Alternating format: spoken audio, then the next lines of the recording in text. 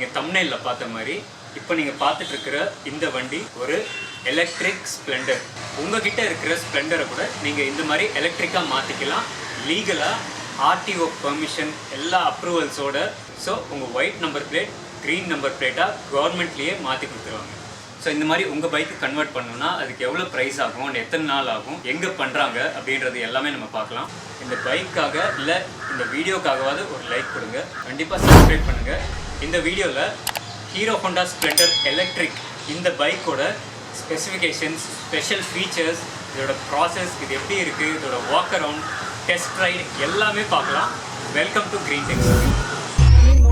என்னதான் electric bikes and motorcycles மார்க்கெட்டுக்கு வந்தாலும் ஒரு Hero Honda branded, Hero Honda குவாலிட்டியில் உங்களுக்கு ஒரு எலக்ட்ரிக் பைக் வேணும்னா அதுக்கு இப்போ வழி இருக்குது. இந்த பைக் எலக்ட்ரிக்கலாக மாற்றுறதுனால நம்மளுக்கு இன்னொரு சில எக்ஸ்ட்ரா ஃபீச்சர்ஸ் கிடைக்குது, சில புது ஆப்ஷன்ஸ் இந்த பைக்கில் உருவாகுது. இப்போ நம்ம இந்த பைக்கில் பார்க்க போகிற ஒவ்வொரு சேஞ்சஸும் எல்லாமே ஆத்தரைஸ்டு சேஞ்சஸ்.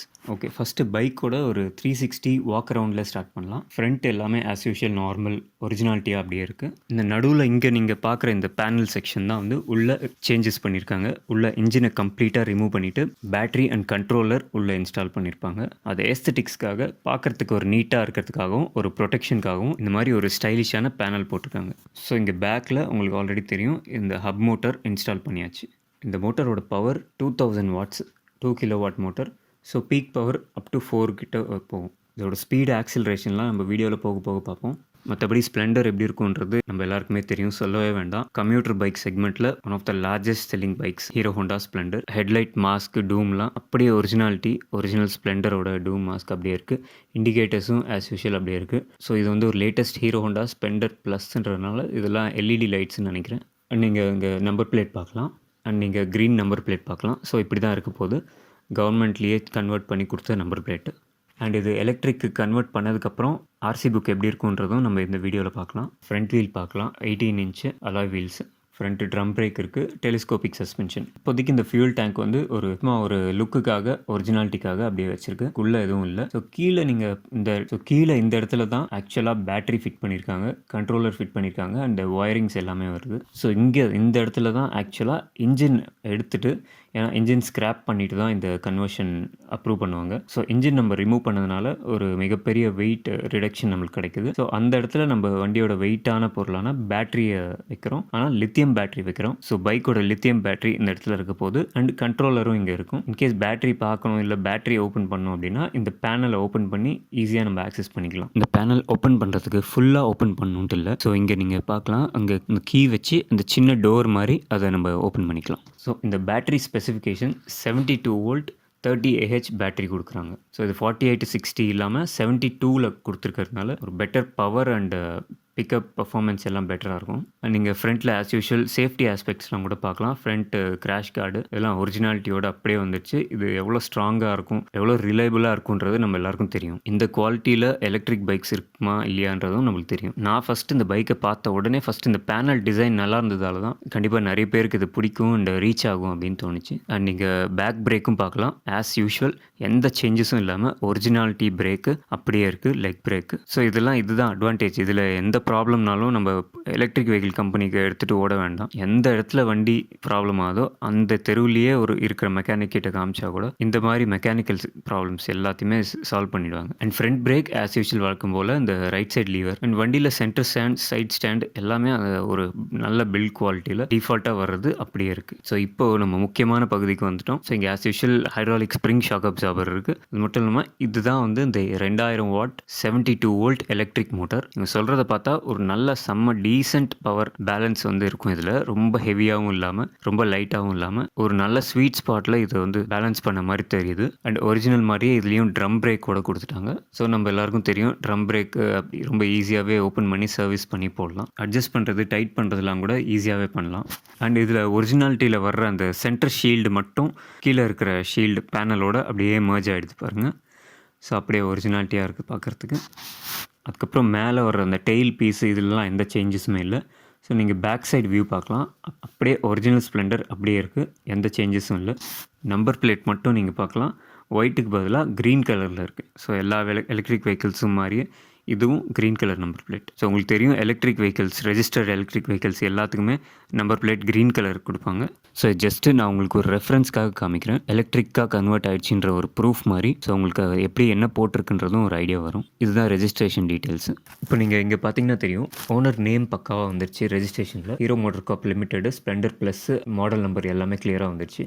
இந்த பேஜ் தான் நம்ம கவனிக்க வேண்டிய பேஜ். வெஹிக்கல் டீட்டெயில்ஸில் பாருங்கள், மேக்கர் மாடலில் Hero Motor Corp Limited, Splendor Plus, 13S self drum cast, இது எல்லாமே அப்படியே ஒரிஜினலாக ஆக்சுவல் ஸ்ப்ளெண்டருக்கு என்ன இருக்குமோ அப்படியே இருக்குது டீட்டெயில். வெஹிக்கிள் கிளாஸில் கூட ஸ்ப்ளெண்டருக்கு என்ன இருக்குமோ அதே டீட்டெயில் இருக்குது. ஃபியூல் நார்ம்ஸில் கூட பாரத் ஸ்டேஜ் 4 இருக்குது, BS4. இதில் என்ன சேஞ்சஸ் நடந்திருக்குன்னா, இன்ஜின் நம்பரில் ஃபுல்லாகவே XX வந்துடுச்சு. அண்ட் மெயினாக இந்த ஃபியூல் டைப் பார்த்தீங்கன்னா பெட்ரோல்லேருந்து எலக்ட்ரிக்னு மாறி இருக்குது. ப்ராக்கெட்டில் BOV, battery operated vehicle. So இதுதான் கவர்மெண்ட்டில் நம்மளுக்கு பெட்ரோல்லேருந்து எலக்ட்ரிக்கு சேஞ்ச் பண்ணி கொடுக்குற இந்த RC ரீ ரெஜிஸ்ட்ரேஷனில் இந்த சேஞ்சஸ் தான் வந்து பண்ணுறாங்க. இது பண்ணிவிட்டு க்ரீன் நம்பர் பிளேட்டுக்கு மாற்றி கொடுக்குறாங்க. மற்றபடி வெஹிக்கிள் வேலிடிட்டி, இன்சூரன்ஸ் எல்லாமே ஆஸ் யூஷுவல் நார்மல் ஸ்ப்ளெண்டருக்கு எப்படி இருக்குமோ அதே தான். அண்ட் சைட் பேனலில் இங்கே கோகோ A1ஓட பிராண்டிங் இங்கே கொடுத்துருக்காங்க. அதுவும் பார்க்குறதுக்கு ஒரு கான்ட்ராஸ்டிங்காக ஒரு நல்லா ப்ளேஸ் பண்ணியிருக்காங்க.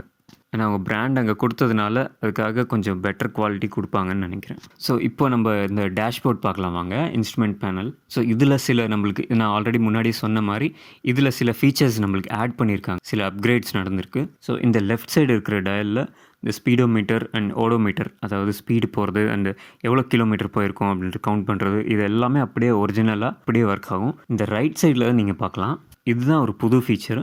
ஸோ இது வந்து நம்ம எலக்ட்ரிக்ன்றதுனால பெட்ரோல் கேஜுக்கு பதிலாக அந்த இடத்துல வந்து நம்மளுக்கு ஒரு எலக்ட்ரிக் ஃபியூல் கேஜ் கிடைக்குது.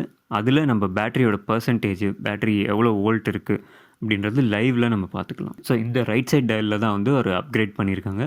ஸோ இங்கே ஃபியூவலுக்கு பதிலாக, அதாவது பெட்ரோல் லெவலுக்கு பதிலாக இதில் வந்து பேட்டரி லெவல் இண்டிகேட்டர் இன்ஸ்டால் பண்ணி கொடுத்துட்றாங்க. இதில் நம்ம பேட்டரி பர்சன்டேஜ் பார்க்கலாம், இப்போ எவ்வளோ வோல்ட் இருக்குன்றது பார்க்கலாம். இது எல்லாமே லைவாக பார்த்துக்கலாம். அண்ட் அதுலேயே ரைட் சைடில் டெம்பரேச்சரும் டிஸ்பிளே ஆகிடும். அதுக்கு கீழே ஆஸ் யூஷுவல் ஒரிஜினாலிட்டியில் இருக்கிற மாதிரி லைட்ஸ், நியூட்ரல், இது எல்லாமே பிளிங்கிங் வந்துடும். அண்ட் இதெல்லாம் பாருங்கள். ஸோ இங்கே இந்த த்ராட்டில் வந்து ஆக்சுவலாக பெட்ரோல் பைக்கோடது கிடையாது. இது வந்து ஒரு எலக்ட்ரானிக் த்ராட்டில். இது உங்களுக்கு ரொம்ப செம்ம ஸ்மூத்தாக இருக்கும். அண்ட் நீங்கள் இங்கே இப்போ பார்க்குற இந்த பட்டன்ஸ் தான் வந்து ஒரு புது ஃபீச்சராக அவங்க அப்கிரேட் பண்ணியிருக்காங்க எலக்ட்ரிக்கு கன்வெர்ட் பண்ணுறப்ப. ஸோ இந்த பைக்கில் நம்மளுக்கு ரிவர்ஸ் மோட் கிடைக்குது. ஸோ இப்போ நீங்கள் பார்க்குற ஸ்விட்ச் தான் வந்து ஃபார்வர்ட் அண்ட் ரிவர்ஸ்க்கு. இது ரொம்ப ஈஸியாக நீங்கள் அப்படியே மேலே வச்சிட்டிங்கன்னா வண்டி நீங்கள் த்ராட்டில் கொடுக்குறப்ப ஃபார்வர்ட் போகும். அதுவே கீழே வச்சிட்டிங்கன்னா வண்டி நம்ம த்ராட்டில் கொடுக்குறப்ப பேக்கில் போகும். அவ்வளோதான், ரொம்ப சிம்பிளாக. அண்ட் இதுதான் நம்ம மோடு சேஞ்ச் பண்ணுற ஸ்விட்ச்சு. ஸோ அதுவும் நம்மளுக்கு ஒரு புது அப்கிரேடாக கொடுக்குறாங்க. எலக்ட்ரிக்கில் ஒரு அட்வான்டேஜ் அது. ஃபஸ்ட்டு ஈகோ மோடு, அப்புறம் நார்மல், அப்புறம் ஸ்பீட் மோடு, 3 மோட்ஸ் கொடுக்குறாங்க. ஸோ ஈகோ மோடில் நம்மளுக்கு வந்து ஸ்பீடு வந்து ஒரு 40 to 45 அந்த மாதிரி கிடைக்கும்.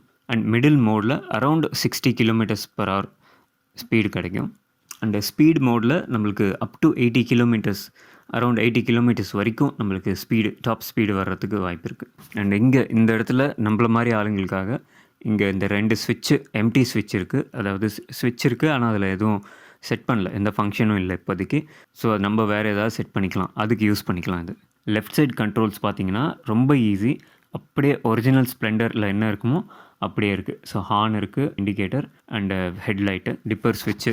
ஸோ அப்படியே ஒரிஜினல் ஸ்ப்ளெண்டரில் என்ன இருக்குமோ அதெல்லாம் அப்படி. அண்ட் பைக்கில் வர ரியர் வியூ மிரர் எல்லாமே அப்படியே ஒரிஜினலோடது எல்லாமே வந்துருக்கு. ஸோ இந்த ஸ்ப்ளெண்டர் பைக்கில் எந்த புது ஸ்ட்ரக்சரல் சேஞ்சஸ் எதுவுமே இல்லாமல் ஜஸ்ட் இன்டர்னல் பார்ட்ஸ் மட்டும் எலக்ட்ரிக்கு மாற்றி நீங்கள் ஒரிஜினல் ஸ்ப்ளெண்டரை அப்படியே நீங்கள் யூஸ் பண்ணுற இந்த புது ஃபீச்சர்ஸ் அப்கிரேட்ஸோடு நம்மளுக்கு யூஸ் பண்ணுறதுக்கு ஒரு வாய்ப்பு கிடைக்குது. ஸோ இந்த பைக்குக்கு மோட்டார் வாரண்ட்டி 1 year கிடைக்குது. இது வந்து சர்வீஸ் வாரண்டியாக, ரீப்ளேஸ்மெண்ட் வாரண்டியான்றது நம்மளுக்கு அடுத்த வீடியோவில் நம்ம கிளியராக கன்வர்ஷன் ஷாப்லேயே கேட்டுடலாம். அண்டு இதில் இருக்கிற லித்தியம் அயான் பேட்டரிக்கு 3 years வாரண்ட்டி வருது.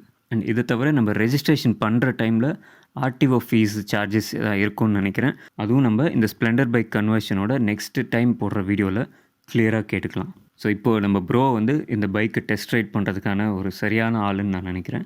இந்த வண்டி தாங்குதா, எப்படி ஸ்ட்ராங்காக இருக்கான்றது நம்ம ப்ரோ இப்போது டெஸ்ட் ரைட் ஓட்டி காமிப்பார். அதுக்கப்புறமா வந்துட்டு எப்படி இருக்குன்றது சொல்லுவார். ஸோ பைக்கில் உட்காந்தா கம்ஃபர்ட் எல்லாமே ஆஸ் யூஷுவல் நம்ம ஸ்ப்ளெண்டர் மாதிரியே சூப்பராக இருக்குது அப்படின்னு சொல்லிட்டாரு. வண்டி ஒரு ஸ்ட்ராங்கான ஒரு ஃபீல் கொடுக்குது அப்படின்றாரு. மெயினாக நம்ம மிஸ் பண்ணுற ஒரு விஷயம் என்னென்னா, இதில் கிளச் அண்ட் கியர் எதுவுமே கிடையாது. ஸோ நம்ம கை ஆட்டோமேட்டிக்காக கிளச்சு சைடு போயிட்டே இருக்கும். ஆனால் அங்கே எதுவுமே கிளச் லீவர் கூட எதுவுமே இல்லாததுனால அது ஒரு மாதிரி ஃபஸ்ட் டைம் ஓட்டுறப்ப ஒரு மாதிரி புதுசாக இருந்தது தான். ஸோ ரோடு ஃப்ரீயாக இருக்கிறதுனால ப்ரோ ஹெல்மெட் இல்லாமல் ஒரு ஜஸ்ட் டெஸ்ட் ரைடுக்காக பக்கத்துலேயே ஓட்டுறாரு. பிக்கப் நல்லா இருக்குன்னு சொல்லிட்டாரு. Pulling கெப்பாசிட்டிலாம் okay. அண்ட் இதில் ஒரு முக்கியமாக என்ன சொல்கிறாருன்னா, நம்ம சடன் ஆக்சிலரேஷன் கொடுத்தா வண்டி போகாதான், நம்ம ஸ்லோவாக தான் வந்து ரைஸ் பண்ணணும். ஸோ இது சேஃப்டிக்காக அவங்க பர்பஸாக வச்ச ஃபீச்சராக கூட இருக்கலாம். அவர் ஓட்டுறப்ப கண்ட்ரோல் எல்லாமே நம்மளுக்கு எதுவுமே டிஃப்ரென்ஸ் தெரியல. பார்க்கும்போது அவருக்கும் எதுவும் டிஃப்ரென்ஸ் தெரியல, பார்க்கும்போதும் எதுவுமே டிஃப்ரென்ஸ் தெரியல. அப்படியே அந்த கம்ஃபர்ட் கண்ட்ரோல் எல்லாமே நார்மல் ஸ்ப்ளெண்டர் எப்படி இருக்குமோ அதே மாதிரி தான் இருக்குது. கார்னரிங்லாம் கூட ஓகே, ஸ்ப்ளெண்டர் எந்த ரேஞ்சுக்கு இருக்குமோ அந்த அளவுக்கு இருக்குது. நம்ம பார்த்த மாதிரியே வெயிட்டு, கண்ட்ரோல், ரைட் கம்ஃபர்ட் எல்லாமே நல்லா இருக்குது அப்படின்றது.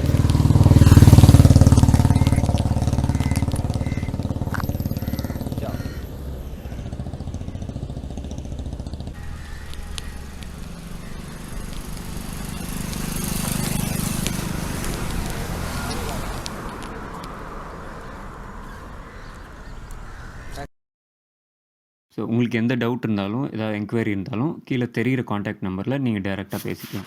ஸோ இந்த பைக் உங்களுக்கு 3 மணி நேரம் சார்ஜ் போட்டால் 100 to 150 கிலோமீட்டர் வரைக்கும் போகும். 80 கிலோமீட்டர் டாப் ஸ்பீடு போகும். இதோட லோடிங் கெப்பாசிட்டி 300 கிலோ வரைக்கும் லோட் பண்ணலாம். இதுக்கு ஒரு ஃபுல் சார்ஜுக்கு ஆகக்கூடிய கரண்ட்டு கிட்டத்தட்ட 3 யூனிட். உங்களுக்கு இந்த பைக் பிடிச்சிருக்கா இல்லையா, இல்லை இது இன்னும் எப்படி இருந்தால் உங்களுக்கு நல்லாயிருக்கும் அப்படின்றது கண்டிப்பாக கமெண்ட்ஸில் சொல்லுங்கள். உங்களோட ஒப்பீனியன், ஐடியாஸ் ரொம்ப முக்கியம்.